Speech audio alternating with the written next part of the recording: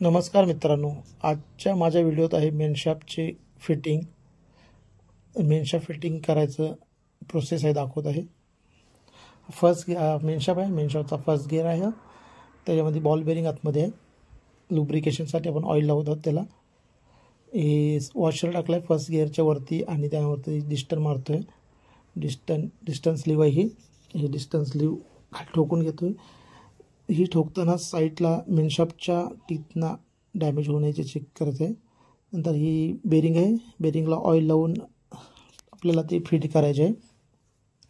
Oil लावलं तर ती फ्री फिरते। सेकंड गिअर आहे, सेकंड गिअर लावून घेतो, तो फ्री फिरतो का चेक करायचा आहे। त्यावरती आपल्याला थोडं ऑइल सोडून घ्यायचं आहे, कारण आतमध्ये ऑइल जाणार नाही म्हणून ऑइल टाकून घ्यायचं थोडं। ही सिंक्रो आहे, या सिंक्रोलाही ऑइल लावून घ्यायचं आहे। सिंक्रोला ऑइल लावून घ्यायचं आहे। ही सिंक्रो आपला जो सेकंड गिअरचा हब आहे, हा सेकंड गिअरचा हब आहे, यामध्ये लॉक करून घ्यायची ती। परत ही दुसरी सिंक्रो ही काढून त्यावरती लावून घ्यायची पहिले आपल्याला ती। या गिअरला ती फ्री फिरले पाहिजे एवढे बघा पाहायचं आहे।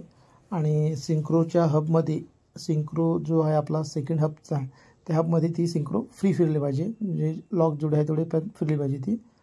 आता आपण हब टाकून पुन्हा एकदा चेक करत आहोत खालचा गिअर जाम झाला आहे काय नाही। तर ओके म्हटल्यावर ते पण परत डिस्टन्स आता मारतोय, डिस्टन्स लीव मारून घेतोय। त्यावरती परत बेरिंग टाकले, बेरिंगलाही ऑइल लावून बेरिंग फ्री फिरते का चेक केलं। बेरिंगला आता ऑइल लावतो, बेरिंग ती फ्री आहे की नाही बघायची। परत आता तिसरा गिअर आपण टाकतो, तिसरा गिअर टाकून घ्यायचा आहे। हा जो मध्ये आहे तो सेकंड आणि थर्डचा हब आहे, आणि हा वॉशर टाकत आहोत। वॉशरने डिस्टन्स टाकून घेतो आहे, डिस्टन्स लीव।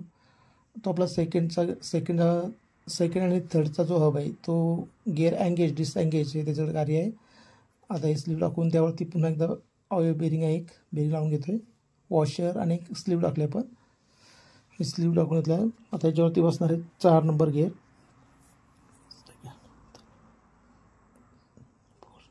4 नंबर गिअरची सिंक्रो ही सिंक्रो या गिअरला फ्री आपल्याला ऑइल लावून फ्री करून घ्यायची आहे। ती लॉक झाल्यास तर गिअर जाम होऊ शकतात, त्यासाठी आपण ऑइल लावून हे इथं चेक करायचं आपल्याला ते फ्री फिरते की नाही। त्यावरती हे आहे हब 4 आणि 5चा हब आहे। 5 नंबरच्या सिंक्रोला पुन्हा आपण एकदा हबला लॉक करून घ्यायचं आहे। ह्या हबचं काम आहे गिअर एंगेज आणि डिसएंगेज हे त्याचं आहे। म्हणजे आपला जर 5वा गिअरचा एंगेज, 6वा गिअर एंगेज ह्याचं काम आहे। ती लॉक प्लेट लावलेली आहे आपण, त्याच्यावरती चेकनट लावून घ्यायचं आपल्याला। चेकनट लावून घेतलं, टाईट करून घ्यायचं आहे आणि प्लेट त्यानंतर बेंड करून घ्यायची आहे।